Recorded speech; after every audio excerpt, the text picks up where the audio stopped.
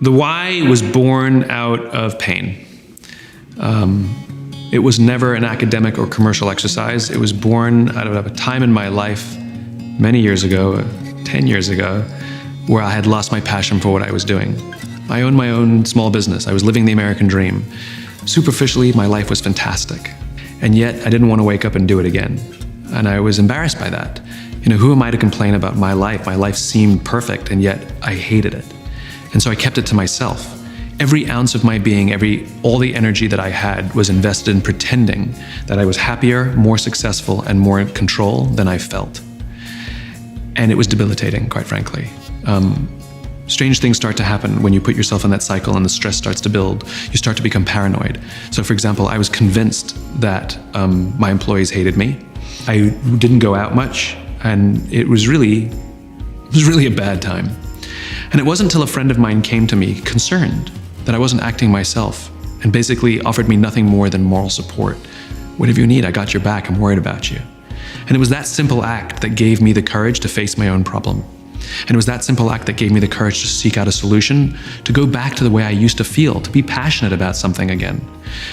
There was a confluence of events, and I made this discovery that every single organization on the planet, even our own careers, always function on the same three levels: what we do, how we do it, and why we do it. And it was based on the biology of human decision-making. It wasn't some highfalutin management theory. It was based on brain stuff. And I realized I knew what I did and was good at it. And I knew how I did it. I could tell you what was different or special about the way I did things, but I couldn't tell you why I was doing it. That was the missing piece. You have to have all three. I became obsessed with this thing called the why. I figured out how to find my why, and it restored my passion to levels I had never experienced before. And more importantly, I figured out how to help others find theirs. And I did what anyone would do. When you discover something beautiful, you share it with your friends. And my friends started making crazy life changes themselves. And they started finding happiness and passion that they'd never experienced before. It was me solving my own problem that happened to help others solve it for them too. And people just kept inviting me, and I just kept saying yes. I was making huge decisions that were really easy to make. Like I shut down my office and started over again because I realized the business I had built was so inconsistent with my why. All my friends thought I went out of business and they were worried about me. It was the easiest decision I ever made. In other words, when you know your why, the filter is clear. It's not like there are options. The option is obvious. There's only one option: share, give, inspire. And everything that I've achieved, any success that I've enjoyed, has all been 100% because of the gracious, just amazing generosity of people around me.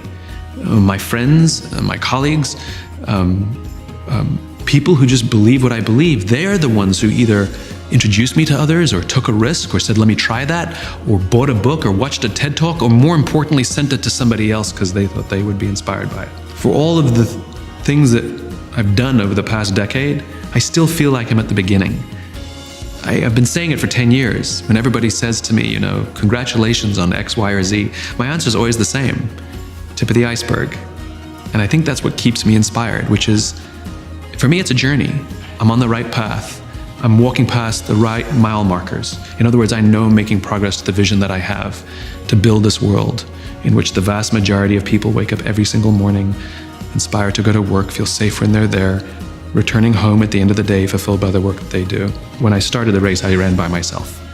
And it's lonely, lonely, lonely. And now I got like 1,000 people to the left and 1,000 people to the right and 1,000 people behind me. And I look around, I'm like, yep, we're gonna change the world. We're gonna change the world. There you go. I love you.